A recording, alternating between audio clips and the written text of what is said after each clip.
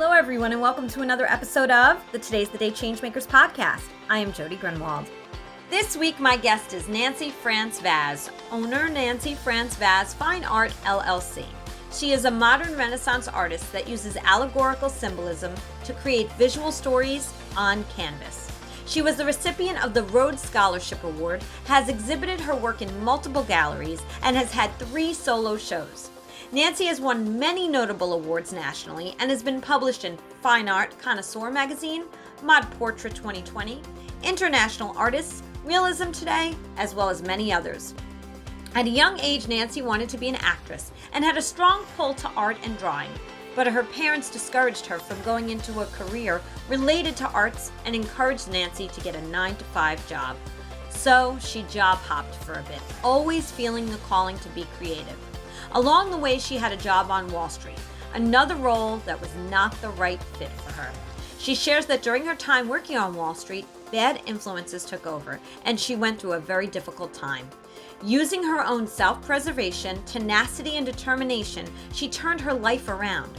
She could not take running away from herself anymore, so she shares how, at 36 years old, she found her way back to going to school for what she originally wanted to do in the first place. Go to art school. Her message: listen to what is inside of you, what is calling you, and don't let anyone tell you that you can't do something. Those who are pulled to being creative are being called to it. It is not something that is easily squelched. Nanci is doing what she loves and inspires others who have a calling to be an artist to do the same. Listen in to hear the entire story of her incredible journey. Also, don't forget to subscribe to the Today's the Day Changemakers YouTube channel, stream this podcast on all streaming sites, comment, like, and share, and follow us on Facebook and Instagram at Today is the Day Live It. The views expressed by all Today's the Day Changemakers podcast guests are their own. Their appearance on the Today's the Day Changemakers podcast does not imply any endorsement of them or any entity that they represent. Have a great week, everyone. Hi, everyone, and welcome to another episode of the Today's the Day Changemakers podcast. I am Jody Grunwald, and as I say every week, I get to interview the most incredible and amazing and interesting people from all corners of the world.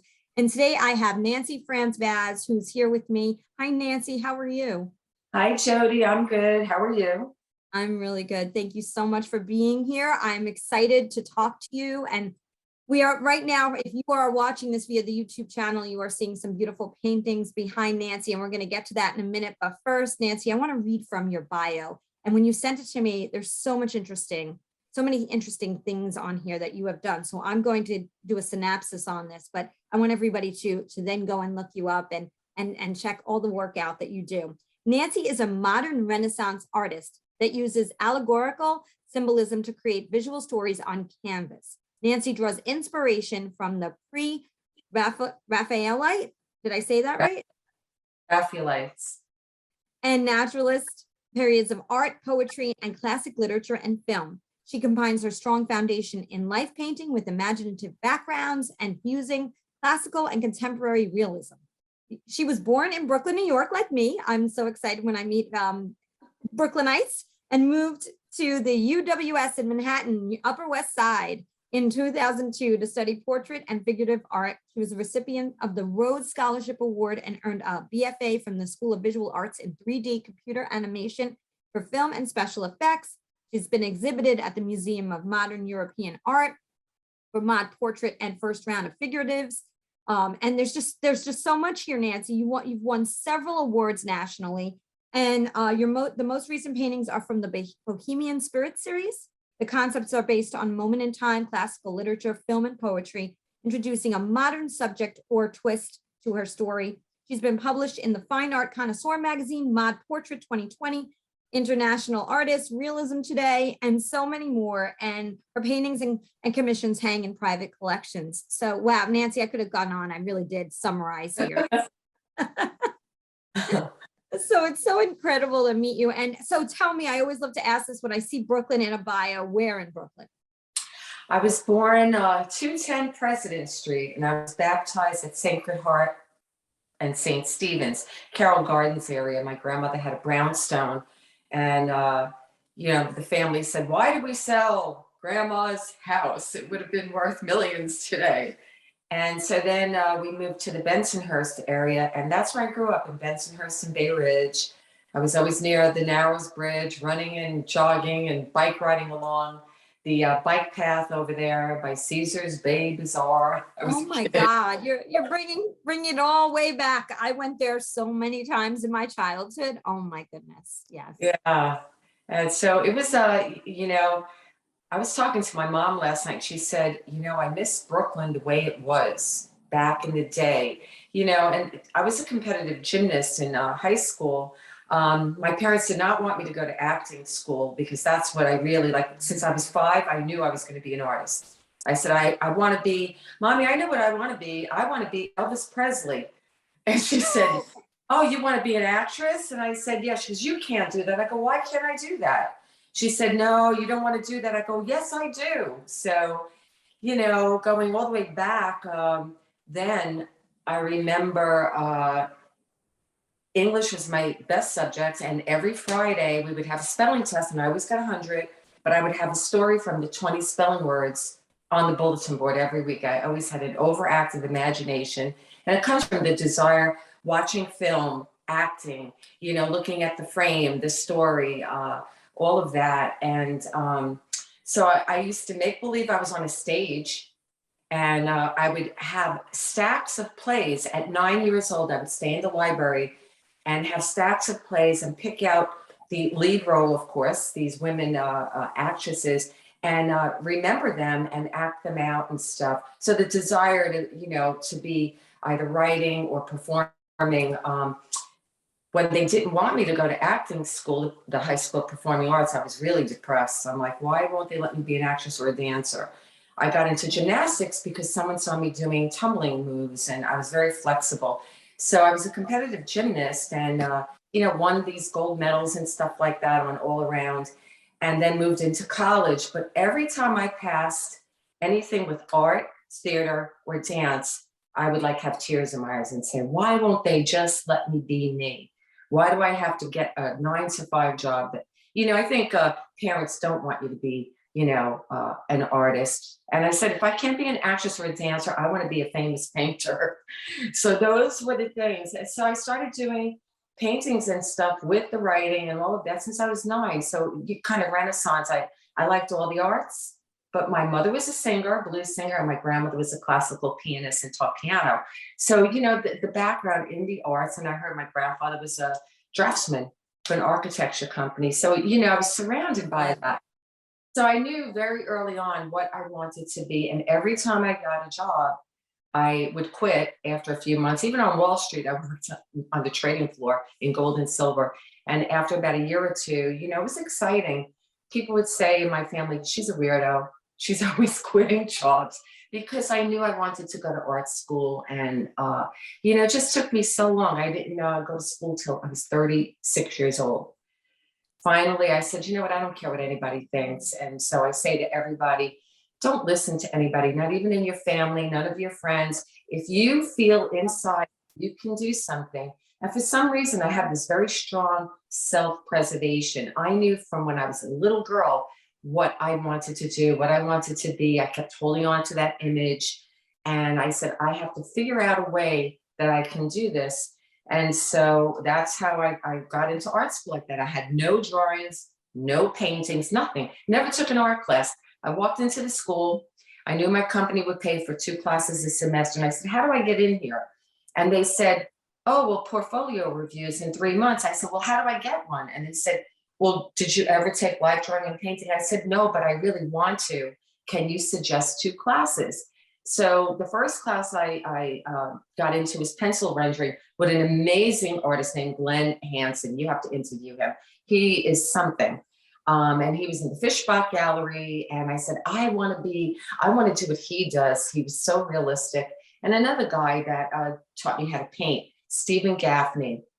Well, in 3 months with work and everything, I got into the school. I auditioned, never had a portfolio and anything. So that says to anybody out there, if you want to do something, doesn't matter how old you are, you can do it and you can be good at it. You just have to check your ego at the door. Don't think that you know everything. even till today, I still think I can learn from somebody. Don't beat yourself up. You are where you are, and you'll move forward. You got to keep climbing up that mountain. If you see that image, just walk towards it. Absolutely. So much in what you just said. So I just want to go back for a second. The arts is a calling. I really truly believe that. My father was an opera singer. We started a foundation for the arts for kids that can't afford to take ongoing lessons in dance, acting, instrumental music, vocal instruction. And we've handed kids guitars. These are kids that can't afford to take these lessons unless we fund them. Mm-hmm. And they say that they've just met their best friend. That guitar has represented their best friend. Those dance shoes represent an extended family when they're living in a foster care situation.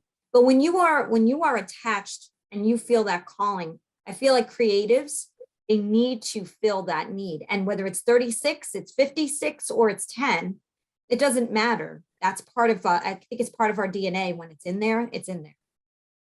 Yeah. People around you could really influence you. And believe it or not, like when I was younger, I was always in my room, reading about mythology, geography, reading plays. 9 years old, that tells you that that's what that kid wants to do. And when I got into painting, I always had sketchbooks. When I was in my 20s, I got very depressed because there was no more gymnastics. I was too old. I went to Wall Street on the trading floor. They said, okay, you're not going to be a phys ed major, a sports medicine minor. You dropped out of school. I wasn't happy. I knew what I wanted to do. And I was so depressed that for a while, I kind of went off the rails. I started being on the trading floor, doing drugs and getting into a habit and just looking in the mirror and say, I hope you die. I hate you. And you have to somehow come out of that. So no, I didn't go to rehab, but the self-preservation inside, what you want to do. How do I do that? You figure it out. You don't have anybody else to depend on, so I depended on myself. I didn't talk to anybody. I just talked to myself. And I always had this belief in a higher power. And I said, how do I do this? How do I just be me? I was so miserable. And, I got into American Express. I was skiing all over, having a ball.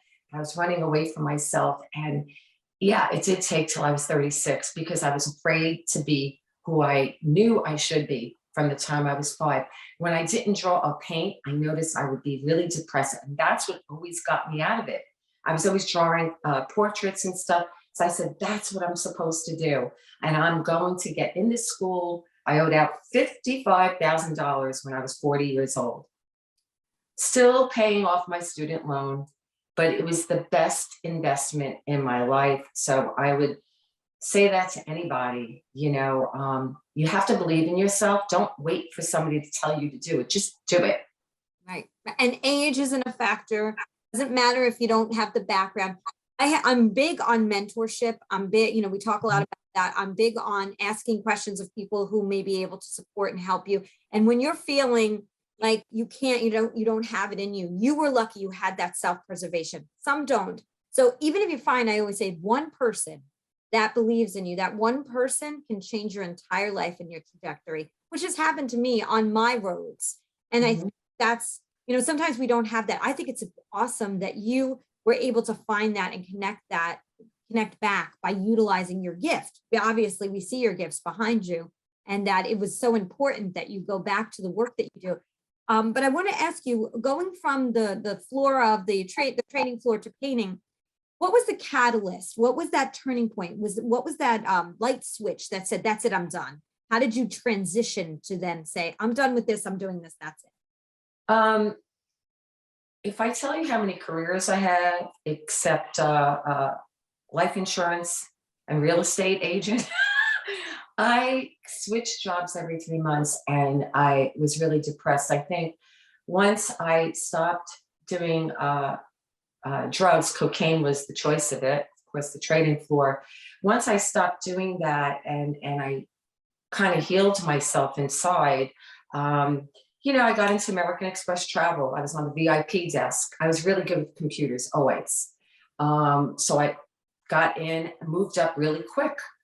and skied all over. I said, I'm going to ski. And it was like I needed that high, like gymnastics. I needed that endorphin release. Like for me, I love a challenge. You know, I was always the straight A student. I did not have to study. I would pick things up quick, get bored very easily. I think for any kid that's like me, that was like that, it's really hard to stay with one thing. But I knew that art was the way to go. Anything with the arts, I absolutely, I'm so passionate about it. I love what I do. I never looked back after that. I didn't care what anybody said. I think the switch for me was I just couldn't take running away from myself and going on another ski trip. I knew what I was doing. I was avoiding going back to school because I knew it would be hard. I knew I would owe out a lot of money. Nobody helped me, by the way. I did it myself. Nobody gave me anything. I paid my own way. So it's a decision. You see, that's the thing. I think we're all waiting, like, I don't have the money, I don't have the time. And I did the same thing with things in my life. I don't have the money, I don't have the time. And then all of a sudden something happens. It could be a tragic thing. For me, it was my dad passing away. For you, it could be, I don't want to do drugs anymore. I want to go into my passion. I don't want to do another ski trip. And everybody has their thing that turns that switch on. So, you know, always for me, for the podcast, it's important for those listening to see that there are ways. For those people that have huge obstacles, we have found ways around, through, above, beyond, below. It's, you do figure it out. Otherwise, you live with regret. And that's the one thing that, you know, none of us want to live with, but we all have it. But it's okay. And that's okay, as long as you can flip the switch. you know, that's funny that you say that about regret, because a lot of people, I should have, would have. One of the things that I said to myself was, that's it. I'm not going to be one of those people that are senior citizens that are kind of sad. You're hitting the last third of your life in the century, right, of your life.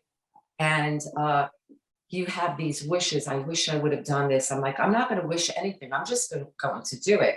So everything in my life that I ever wanted to do, or I got an urge to do, I just did it. I did not care who said what.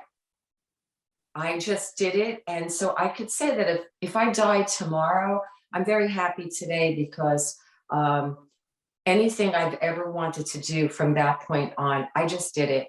And I did it with, okay, let's try this. And there is nothing wrong with changing your mind, doing something new, learning another skill. And I do believe in all those jobs that I have had, it made me the person that I am. I think as an artist, a lot of artists don't have a business sense. They don't know how to get up and talk in front of people. I've been teaching since I'm 18 years old. You know, I taught gymnastics, then I taught aerobics. I taught computers, Photoshop. I taught in the high school, LaGuardia High School, Art and Design High School, all ages from 2 years old to 90 years old, even in a senior home a couple of years ago. Tim hooked me up with it. People with dementia. Why did I do that? Was it a lot of money? No, but this woman said, would you like to teach people in the senior home that are dying to do art? Some of them don't remember. And so I came up with a plan. They would come in with their wheelchair. I'd have like over 20 people in there coming in, and I would do this thing with them. How do we make green? Who knows the $100,000 question? You get a gift if you can tell me the right answer. And you know, they would start to remember. There was one woman, Stacy, in there. She was 57 years old, advanced frontal dementia. And she didn't even remember how to hold a pencil. So, you know, you transfer going to school, being an artist, getting paid to do things, to then making a difference. Whether it's a young person, someone doing drugs like you. I could relate to the teenagers. When I had taught teenagers, I was the favorite teacher. Why? Miss France, can I ask you a question? Close the door. And I would talk to those kids that were in trouble, that were like me, the rebellious type, you know, and then go into the older people that, you know, I know all the films from the 40s and stuff talk about that. Hit a memory. People like to remember what they miss. So true. We'll go in with the kids and they'll perform songs like Crazy by Patsy Cline. And you see them, right, we went to a Regency Memory Center during the holidays with the kids. And you should see at their faces, it was like they found home again with these older songs. So I know exactly what you're talking about when they feel that. Yeah, they light up, right? All Right. of this they could remember. Sometimes I wonder, is dementia a sign of, as you get older, you wish you were young again? And it's funny how they could remember that period and what they love. Like, let's use Tony Bennett as an example. He Mhm. has, as soon as he starts to sing, he remembers.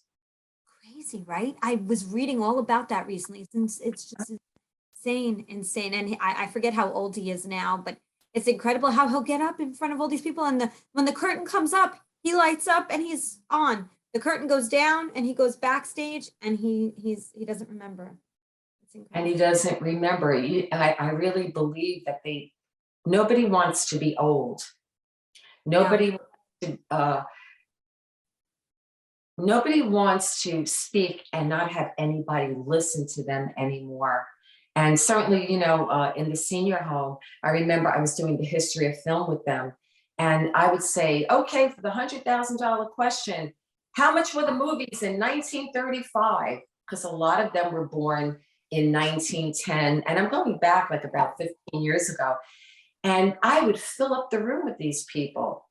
They would want a homework assignment. I love it. Oh my I would give them gosh. a choice. Do you want to watch Alfred Hitchcock Vertigo and, teach them about the camera, the lighting, and, can you write down what your feeling was? What do you think the director was trying to communicate? Getting these people, somebody's listening to them. Yeah, that's what you're right. Everybody wants to be heard and meet them Yeah. where they are, right? Where they are today. And unfortunately, their family remembers them where they were yesterday, before this hit them. And it's hard for the family. So a lot of times family members stay away and that's hurts them terribly because they miss, they miss that time too. And they remember their kids young as well. So it's tough. It's definitely tough, and my heart breaks for those who are dealing with that. And I know a lot of people who are. Pam 10 is a leader in IT enterprise solutions and staffing. They are driven to transform their clients' business performances. They do this every day by providing their clients with the best services and products. Products like BizLego, an online community platform, and Colear, a unique learning management system. They also transform the lives of women and children through their associated nonprofits, SheTech, which supports women in and joining the technology field, and Sofkin, support organization for kids in need. Pam 10, technology for social good. Go to pam10.com for more information. I wanted to ask you, so tell us about your beautiful art, what type of art you do, and what we're looking at. If you're watching the YouTube channel, you can see what we're looking at. If you're listening via download, go to the YouTube channel so you can see these beautiful paintings. So the one right behind me here with the gray background, she's actually a very well-known singer down here, Mary McCrink. Look her up. I paint a lot of my friends are musicians because I grew up around that. I dated a lot of guitar players back in the day. My love for acting and dance. I used to go to the Broadway Dance Center. My friend runs a jazz roots dance. Her son is world-renowned tap dancer, Jason Samuel Smith. So these are my friends. I lived in the city and I was always around all of that. And I use them for paintings. They love to be in my paintings. Sometimes I'll hire a model who also makes jewelry, and her boyfriend is a poet, creative writing. He does acting. They're 27 and they fit into my stories. Every painting I do has a narrative. So I take back when I was 9 writing those stories, the 20 spelling words. That's what I love. I love a story. I am a storyteller. I could tell you stories for days, So every painting for me, I'm driven by the literal. I'm driven by a title. All of a sudden I think about something that I want to express, a life experience. What does an artist go through? What is a genre painting of, an older person that maybe doesn't want to be old, which is what this is. This painting, she's 63 now, Mary, and she's a songbird. So the name of the painting is a songbird holding on to the child within. So she has her hands in front of her.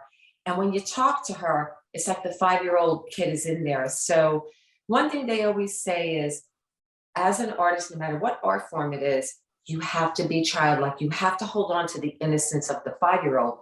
Don't listen to the pre-programmed tapes in your head that you learn up until you're 7. And then when you have an experience, you recall that tape that maybe not have anything to do with the situation you're in now. So that is what this painting is about. And I just submitted it to the Meme Museum for ModPortrait. Hopefully it gets in. But I wanted to say something about an older woman that is aging gracefully and still holding on to her art, her music. And if you hear her sing, the passion in her, my mom, that was a singer, started to cry when she heard her voice. So I hope that, I hope that in this painting of Mary, that you see that in her face, that even though she has the lines on her face, there's a childlike quality in the way she holds her body, the way she's dressed, the outfit that she has on looks like it was done by a 5-year-old, like a paintbrush. I love it. Yeah. What's her name again? Mary? Mary McCrink, McCrink. Oh, wonderful. She's an amazing singer. You should do a podcast of her. But she'll go all over the place. She's so it's okay. She's okay. amazing. So all of my paintings have to do with a narrative. And in the fall, I will be doing a show called IX Arts, which is imaginative realism. The main exhibit, very hard to get in. I had to go through a panel of 5 very well-known judges. The gallery that I show at, he was one of the judges, the Art Renewal Center that brought about classical realism back, I think in 2001, they started that up there from up in Morristown. And certainly I always enter their art salon. They have made a huge difference in bringing back realism again from abstraction. So this show is all imaginative realism. So a lot of the paintings will be in that show, but they all have to do with a story. And I call it Bohemian Spirits. That's the series I'm doing right now. What does it have to do with when COVID hit? I was really depressed. We are in solitary confinement in the studio, okay? So we have to constantly be painting. They don't paint themselves to do this type of work. It takes a long time to do what I do. And I just felt so sad. So I started a group called The Unframed Artists on Monday night. It was once to twice a month. I'm still doing it. It's almost 2 years now, of all veteran women artists that have been in the game a long time that maybe feel like they're falling out, especially with COVID. They feel more isolated. We get together and we share things, check your ego at the door. We all help each other. Sometimes they'll text during the day, I'm having a problem with this. What do you guys use? You need somebody like that. You need a colleague that becomes your friend.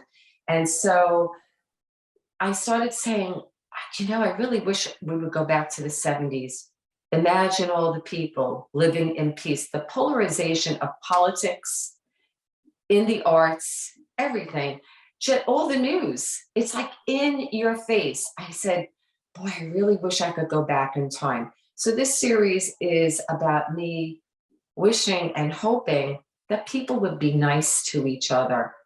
The flower children, right? The flower children were not the hippies in the communes. They were about make love, not war. Imagine all the people, a little idealized, maybe. I always say, was it the new age of enlightenment or was it ideology? I don't know what that is. And part of that story is in one of my poems. But this whole book will be based on that. It'll be based on the 70s because I experienced that. It's a life experience and it's, my thought on it, So I don't think anybody, I always say, oh, there's so many copycats out there. I'm like, unless you lived me, it won't be authentic. Somebody younger couldn't possibly understand it because they didn't live it. Right. We're all originals. We are all originals. And even if we have, like you said, even if we have some of the same ideas, it's who connects with you specifically, right? They're not, even if you tell the same story, three people tell the exact same story, I believe that the same people will not connect with all three of them. Yeah, absolutely true. Whether it's music, film, novel, well, anything in the arts, dance. I mean, when you dance, it's about a narrative, isn't it? It totally is. Totally. Yeah. So all of that stuff, even in gymnastics, when I would do my floor routine, we had the compulsory, and then we had, you did your own thing. It was called the freestyle. I always had the songs I would pick out, talk to the pianist, and I had a story to the whole performance. Beautiful. So what is your art called? It is so realistic. It feels like the person is looking at me and jumping off of the canvas. So tell me what it's specifically called, because I'm a novice when it comes to art. Okay, so I'm trained classically in classical realism. I studied the old masters. My mentor was a guy named John Frederick Murray that studied with a very famous teacher from the Art Students League named Frank Riley. And they used a very methodical way of painting with a controlled palette. And then I kind of jumped off and went in with this guy, Nelson Shanks, that was an open palette with 25 colors. And so all of it is classical realism. It comes from the masters. I copied a Rembrandt on the floor of the Met. I copied a lot of old master drawings and paintings. That's the way I was trained. I did the whole academic French Academy style, but I kind of jumped around a lot. I went from, can I take a tool in my tool belt, put it there, keep it there, and when I need to call on it. So I never stayed 4 years in any program except for my BFA. I kind of jumped around and said, I like that guy, I like that guy. So John Murray was a big influence for me. He was like my mentor. He inspired me to stay with painting, and he rode horses, and he was a black belt. I was kickboxing at the time, So we connected, and, he was in the Korean War. He was my dad's age. So kind of connected with him. So I learned classical realism, and then I kind of made up my own thing. I loved modern art. There's some things in modern art that I love. I love film. So for me, I don't look at what everybody's doing out there. There's so many people copying. Oh, I'm going to sell it, so let me do the same thing. I couldn't care less about that. For me, I study film. I study silent film. I look at film, the moving image, and then you freeze the frame. That's what drives me. I guess the original thing of the acting and the storytelling for me. And then I see an image. Just like, my thesis was a short film. So I had to create the storyboard. I had to get the location. I was in it. I shot it. I did the 3D. So having all of those tools to put together creates what I call it modern Renaissance art, or the modern Renaissance painter, where you're classically trained, but you're painting what's today. It's absolutely beautiful. But I do want to talk about the horse behind you, because we have two portraits and we have a horse. Golden brown. Yes. And we talked a little bit about, and I love the story. So I wanted to have you share the story here on the podcast about painting the horse. Well, my first painting when I was 9 years old, I got an oil painting set, and it was of a horse. So since I was a kid, I had Pegasus, unicorns. I absolutely adore horses.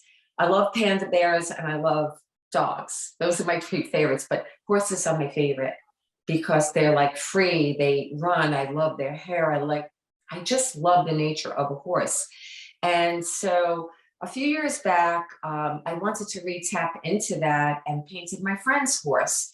Then I did a horse for my second cousin. She had asked me to, if I can do a painting for her granddaughter. And so I did an imaginative realism horse, kind of has a fairy tale look to it. And all of a sudden this year, I was at a party, and I said to my friend Larry, I'm dying to paint a thoroughbred, because when I was a kid, my stepdad would take us to the racetrack, Belmont, Aqueduct, Saratoga, and we would play a game at the dinner table. Okay, who can guess who won today? And so I could name you the jockeys, the horses. I knew how to read the workout form, the telly, everything. I absolutely can name you every horse that won the Triple Crown. I love these horses.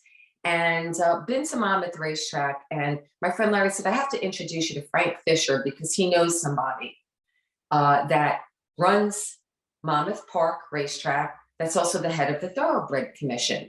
So this guy, Frank, told me to call his friend Dennis that he went to school with. He said, I love your art. You're an amazing painter. They would love for you to do a painting of one of their horses. When I spoke to Dennis, he said, Golden Brown, that's the horse. And he hooked me up with the trainer of Golden Brown, who's a very well-known trainer down here. So I got to meet the trainer. I sent him an email. He texted me, met his wife, got to go on the racetrack watching the horses do their workout. I was so exhilarated. I was like, yay, I'm so excited. They brought the horse out and she told me he is a French dark Arabian. And when I met this horse, every shot that I did of this horse, he was looking right at me. She said, he's posing for you. He put his hoof out like a dance. Oh my gosh. I fell in love with this horse, started the painting last week, but I didn't want to put it on a background of a racetrack. I wanted to make it look like it's sunset or dawn with the dark Arabian, you know, in this beautiful atmosphere of regal majesticness. And I am having so much fun painting him, and I can't wait to finish it and show it to them. So hopefully they said, well, you know, if this comes out good, we're telling all the owners down here because they own all these horses down here. So in the spring, I'm sure I'll be back at the stables, seeing Golden Brown again. I'll show him my painting of him. And, you know, I'm hoping, you know, to be doing that. And it's a fun way to do a commission. I've done portrait commissions for years, and I always got my own commissions by word of mouth. But I don't want to do that. I'd rather do my imaginative, figurative paintings.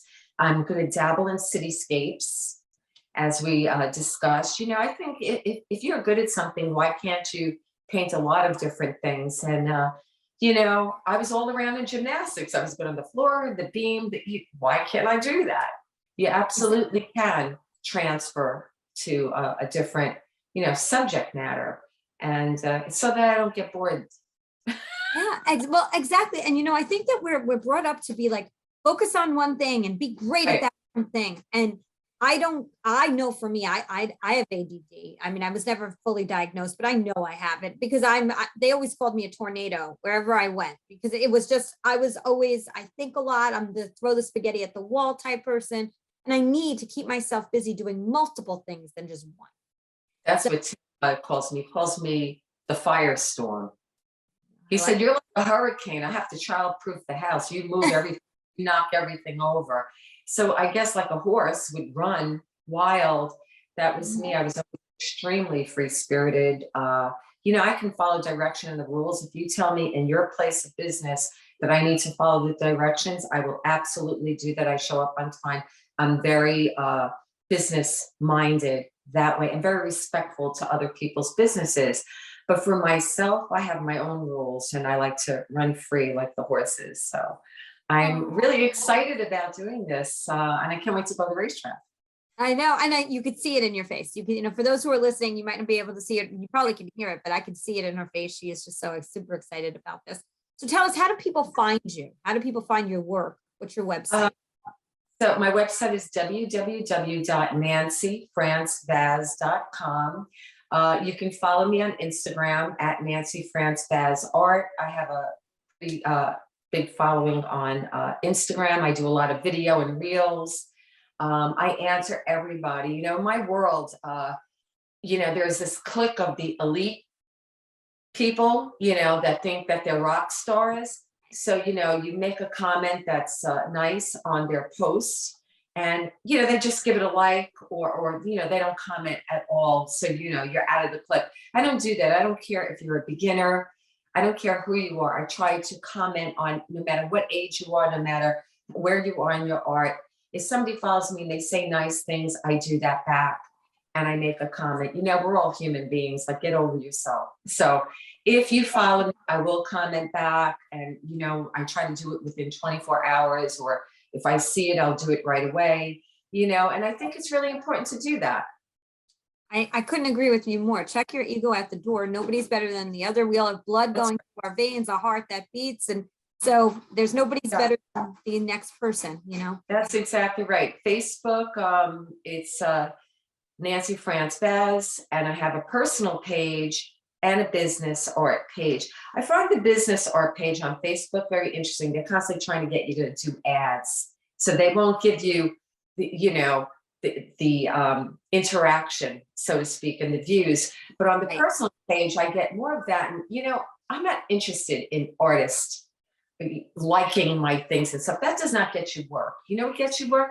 People that run businesses. That's what gets you the work. I couldn't care less about being famous, to the artists in the art world. I'm more interested in not being famous, but, getting work from people that run businesses, that love art, that collect art, that to me, that have their own business, that has to do with art. So both on Facebook, I'm on LinkedIn, at Nanci France on Twitter, and TikTok. I'm still, TikTok, that's a tricky, I'm not even on that one. I draw the line. Yeah. I don't like the music. Like if I don't connect to the music with the video, I like Instagram Reels the best. That's my favorite. But a lot of people are on TikTok, so I'm giving it a whirl. Oh, that's great. Yeah, you probably could teach me. So that's awesome. I do have I know a question that others might be wanting the answer to. How long does a painting take you? And I know it's going to depend on the size and of course the detail, but for instance, the beautiful woman behind you, how long would a painting like that take? 1 month. So it took me a month. I started that around Thanksgiving.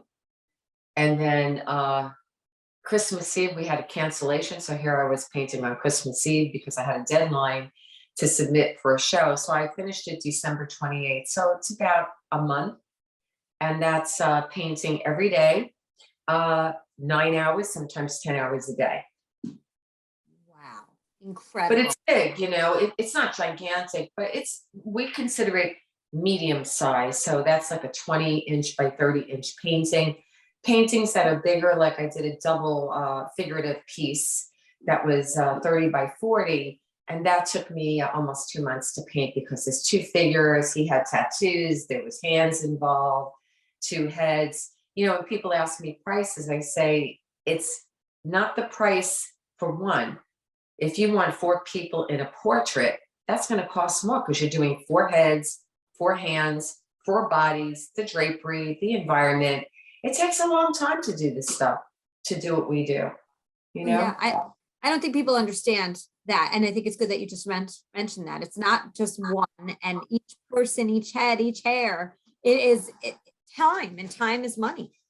You have to be educated in this. But what I'm going to be doing at IX Arts, because I have a booth, that's October 22nd. It's in Reading, Pennsylvania, Goggle Works. They're going to be new paintings for the Bohemian spirits, but hopefully the book will be done. But I just got a high-end printer that does like G clay prints. So if people can't afford a painting, they could buy the print. And a lot of my, followers, my fan base, they say, do you have prints of that painting? So to all of you out there that are listening, the prints will be coming in another month. I just have to set up the printer, just got the paper. And so that's a new and exciting thing. And you can buy the print right off my website. That's awesome. That's awesome. And I do the girl to your right, my left, absolutely gorgeous. I mean, just at her hair. Another time, another place. That was in the principal gallery for the International Guild of Realism. It made it in that show. And that was the start of Bohemian Spirits, by the way.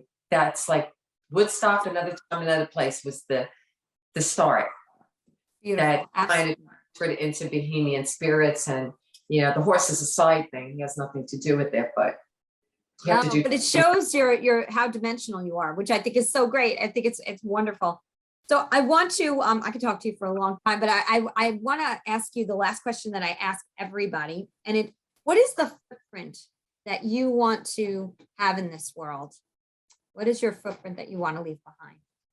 I feel like I'm on James Lipton's The Actors Studio.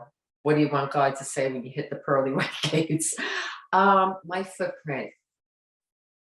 not that I was a great painter, that I made a difference in someone's life with art where they thought they couldn't do it or they were afraid to do it. And I said, it doesn't matter. Just you are where you are. Just take it slow, one day at a time, one day at a time. So I hope that I have inspired and helped people of all ages with art and to find themselves and find their voice. That is what I want my footprint to be. That's beautiful, Nanci. And thank you. And I could see that you could be a fabulous and have been probably a fabulous mentor to young people who want to get started and take that first step. So congratulations to you for all of your work. Yeah. And tell everybody again your website. www.nancifrancevaz.com. Nanci with an I. Oh, that's good that you said that, because I know a lot of people do. My name is an I also, and people always put Y. So even at Starbucks, I'm always getting the Y on there. So it's really awesome. And any last comments before we go for this episode? Yeah, one last comment. There are a lot of schools out there, or sometimes when I get interviewed, they say, "What would you like to tell emerging young artists?" And I say, this is my answer. You don't have to be young to be emerging,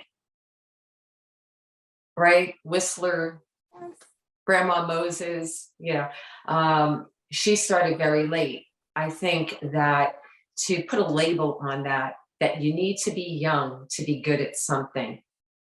Well, should we just die then? At 60 and just give up and just not start anything?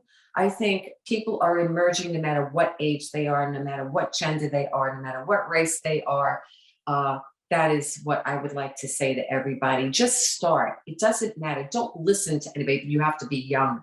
That's a crock of bull. I started when I was 36, and look how far I went. And I had to have a full-time job.